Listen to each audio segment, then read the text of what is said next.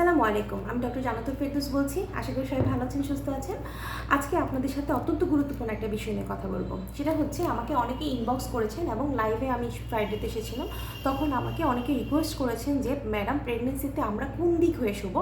বাম দিকে, ডান কাত হয়ে, না সোজা হয়ে, না উপর হয়ে আমরা কিভাবে শুতে পারি, এটা নিয়ে একটা ভিডিও বানালে ভালো হয়।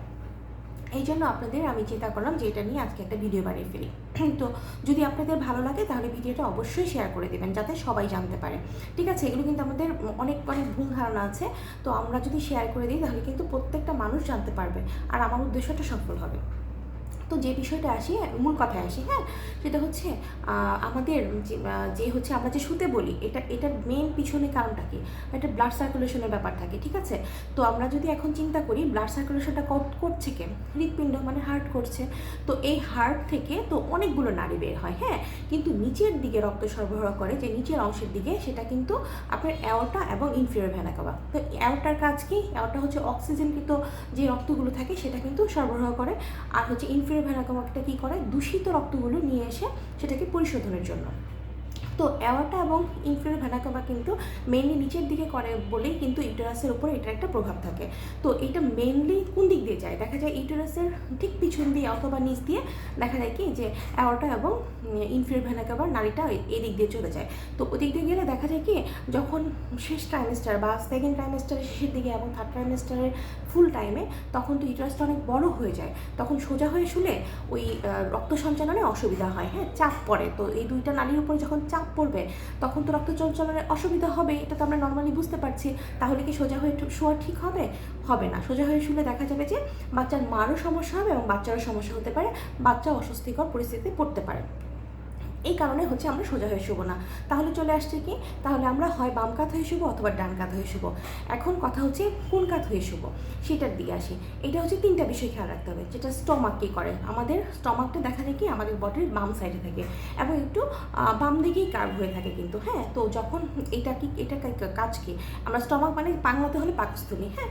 তো তখন যখন হয় যে পাচক রসগুলো যখন যায়, হ্যাঁ, তখন যদি আমি বাম কাত হয়েই শুই তাহলে ওই নালীটা যেহেতু বাম দিকে একটু কার্ভ থাকে, তো নালী দিয়ে পাচক রসগুলো যেতে কি খুব সহজ হয়ে যায়। তাহলে আপনার অস্বস্তিকর ফিল হয় না। তাহলে বাম কাত হয়ে শুলে আপনার সুবিধা হচ্ছে স্টমাকের জন্য। আর ডান কাত হয়ে যদি শোন তাহলে ওই যে বাম দিকে কার্ভ থাকে, একটু বাঁকা হয়ে থাকে, তখন কিন্তু যেতে সমস্যা হয় আর হজমেও অনেক ধরনের সমস্যা হতে পারে। 2 নম্বরে আসে হচ্ছে ইউটেরাস। ইউটেরাসটা কি? ইউটেরাসটা আবার কিন্তু অন্য জিনিস, হ্যাঁ, এটা আবার ডান পাশে একটু থাকে।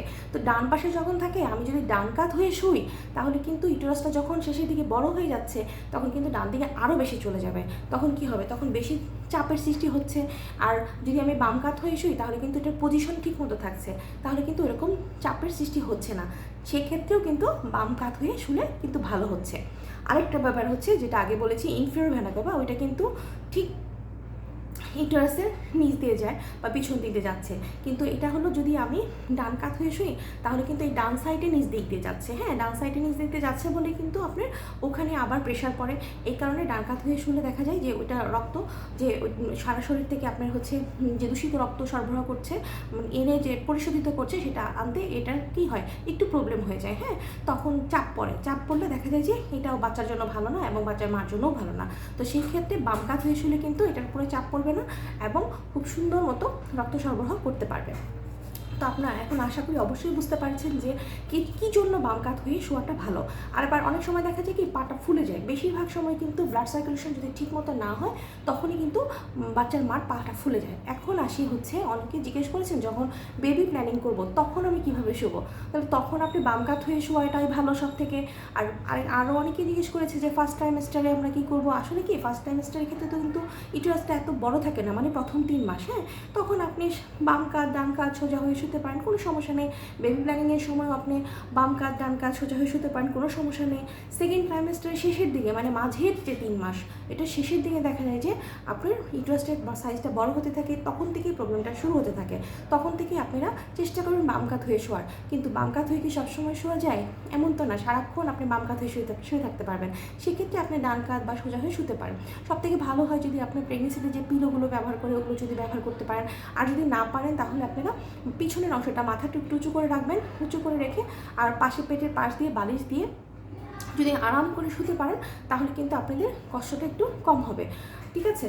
তো আপনারা এখন তাহলে আমরা লাস্ট কথায় কি আসি, তাহলে আমাদের প্রেগনেন্সির সেকেন্ড ট্রাইমেস্টারের শেষের দিক থেকে থার্ড ট্রাইমেস্টার মানে লাস্ট পর্যন্ত হচ্ছে আমরা বাম কাত হয়ে শোয়ার চেষ্টা করব, কিন্তু সবসময় যে শুতে হবে এমন না, আমরা চেষ্টা করব সর্বোচ্চ বাম কাতায় যতক্ষণ থাকা যায়। তো আজকের এই কনফিউশন নিশ্চয়ই সবার দূর হয়েছে। আর যদি কারো কোনো কোশ্চেন থাকে আমাকে অবশ্যই কমেন্টস করে জানাবেন। তো ভালো থাকেন, সুস্থ থাকেন, আল্লাহ হাফেজ।